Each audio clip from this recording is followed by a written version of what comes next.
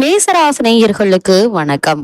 உறவினர்கள் முன் மதிப்பும் மரியாதையும் உயர இந்த நாளில் இதை மட்டும் செய்யுங்க போதும். அந்த வகையில மேசராசினியர்களான நீங்கள் என்ன செய்ய வேண்டும், என்ன செய்தால் என்ன மாதிரியான நன்மைகள் எல்லாம் ஏற்படும் என்பது குறித்தான முழுமையான பதிவு தான் இந்த வீடியோல நம்ம விரிவா பார்க்க போகிறோம்.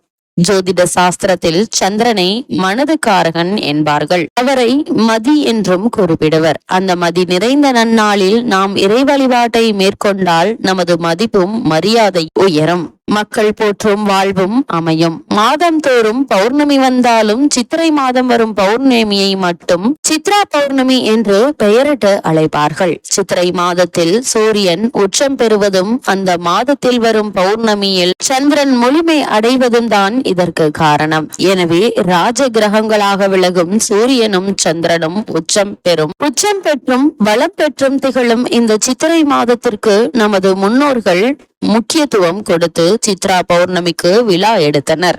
இந்த வருடத்திற்கான சித்ரா பௌர்ணமி தினம் சித்திரை மாதம் 29ஆம் நாள், அதாவது 12/5/2025 திங்கட்கிழமை வருகிறது.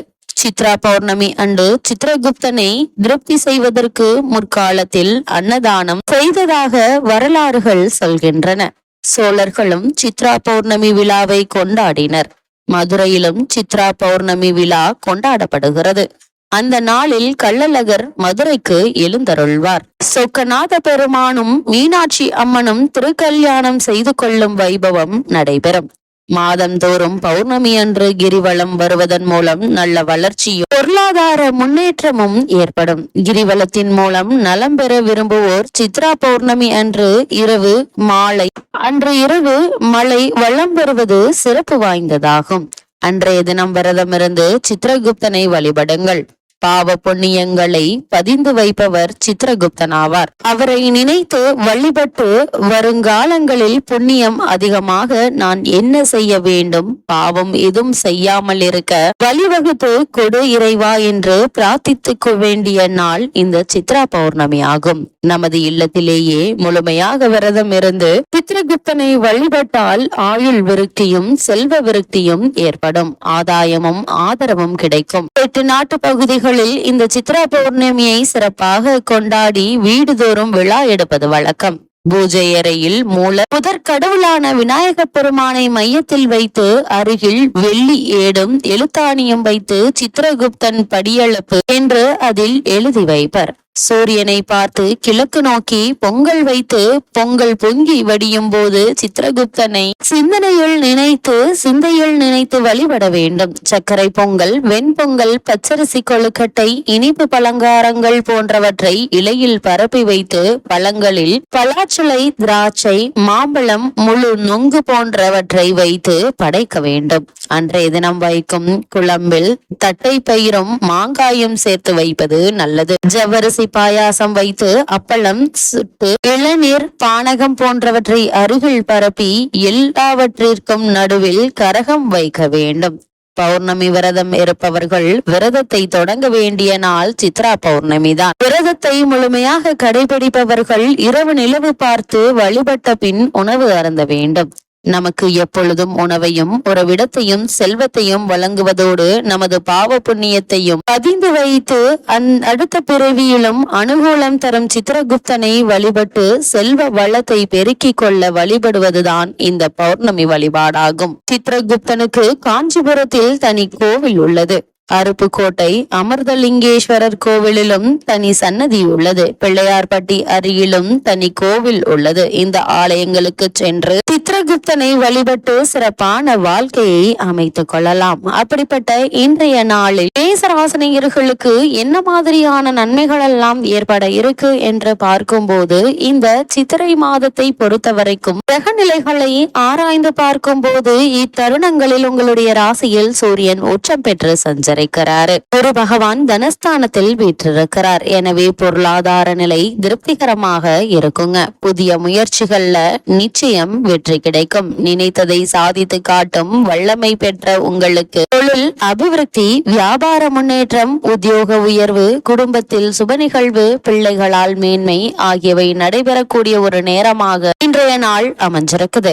ராசிநாதன் செவ்வாய் நீச்சம் பெற்று வலிமை இழந்திருப்பதால் ஆரோக்கியத்தில் அக்கறை காட்டுவது நல்லது. அது மட்டுமில்லாமல் இத்தருணங்களில் குரு சுக்கிர பரிவர்த்தனையில் இருக்கிறார்கள். தனஸ்தானம் மற்றும் விரயஸ்தானத்தில் இந்த பரிவர்த்தனை நிகழ்வதால் குடும்பத்தில் பல நல்ல சம்பவங்கள் நடைபெற இருக்கு. வருமானம் திருப்தி தருங்க. அதே நேரம் விரயங்களும் அதிகரிக்க இருக்கு. சுப விரயங்களை மேற்கொள்வதன் மூலம் வீண் விரயங்களிலிருந்து விடுபட இயலுங்க. வீட்டிற்கு தேவையான அத்தியாவசிய பொருட்களையும் ஆடம்பர பொருட்களையும் வாங்கும் யோகம் உண்டாகக்கூடிய ஒரு தருணமாதான் இன்றைய நாள் அமைஞ்சிருக்குது. அதே போல கும்பராசியில் ராகுவும் சிம்ம ராசியில் கேதுவும் சஞ்சரிக்கிறாங்க. லாபஸ்தானத்தில் சஞ்சரிக்கும் ராகுவால் புதிய ஒப்பந்தங்கள் கையெழுத்திடும் வாய்ப்புகள் அமைய இருக்குதுங்க. தொழில் முன்னேற்றம் ஏற்படுங்க. உத்தியோகத்தில் உள்ளவர்களுக்கு ஊதிய உயர்வு உற்சாகம் தரும். அதே போல் புத்திரஸ்தானத்தில் சஞ்சரிக்கும் கேதுவால் பிள்ளைகளுடைய கல்வி முன்னேற்றம் கருதி நீங்கள் எடுத்த முயற்சி வெற்றி தரும் விதத்தில் அமைய இருக்கு.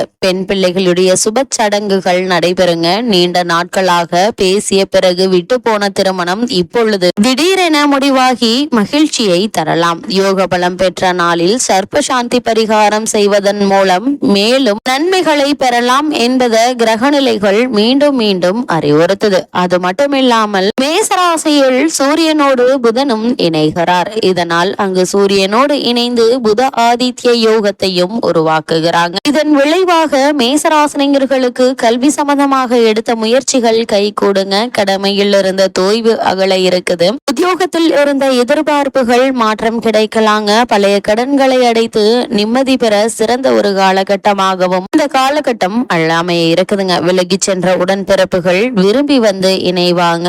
அதே போல மிதுன ராசியில் குரு பகவான் சஞ்சரிக்க போகிறார். இந்த குரு பெயர்ச்சியின் விளைவாக அவரது பார்வை பதியும் இடங்கள் புனிதமடைகிறது. எனவே திருமண தகலுங்க. மங்கள நிகழ்ச்சி இல்லத்தில் நடைபெற இருக்கு. பெற்றோர் வழி ஆதரவு உண்டு. அதே போல் பூர்வீக சொத்துக்களால் ஆதாயமும் புதிய முயற்சிகளில் வெற்றியும் கிடைக்க இருக்கு. வாகனம் வாங்கி மகிழ்வீர்கள். புதிய தொழில் தொடங்கும் வாய்ப்பும் பொருளாதாரத்தில் நிறைவும் ஏற்படக்கூடிய ஒரு தருணமாதான் இக்காலகட்டம் அமைஞ்சிருக்குதுங்க. இக்காலத்தில் சகாயஸ்தானத்தில் சஞ்சரிக்கும் குருவை பலப்படுத்த குருவிற்கு பரிகாரம் செய்வது மிக மிக நல்லது. அதே போல் மேசராசினியர்கள் பொது வாழ்வில் இருப்பவர்களை பொறுத்த வரைக்கும் புதிய முயற்சிகளில் வெற்றி கிடைக்குங்க. வியாபாரம் மற்றும் தொழில் செய்பவர்களுக்கு போட்டிக்கு மத்தியில் புதிய ஒப்பந்தங்கள் வந்து சேர இருக்கு. உத்தியோகத்தில் உள்ளவர்களுக்கு உயர் அதிகாரிகளுடைய ஆதரவு திருப்தி தருங்க. கலைஞர்களுக்கு சந்தர்ப்பங்கள் சாதகமாக அமையும். அதே போல் மாணவ மாணவியரை பொறுத்த வரைக்கும் எடுத்த முயற்சிகள் கை கூட இருக்குதுங்க. பெண்மணிகளுக்கு கரைந்த சேமிப்புகளை ஈடுகட்டும் வாய்ப்புகள் உண்டாக இருக்கு. இல்லத்தில் சுபகாரிய பேச்சுக்கள் முடிவாவது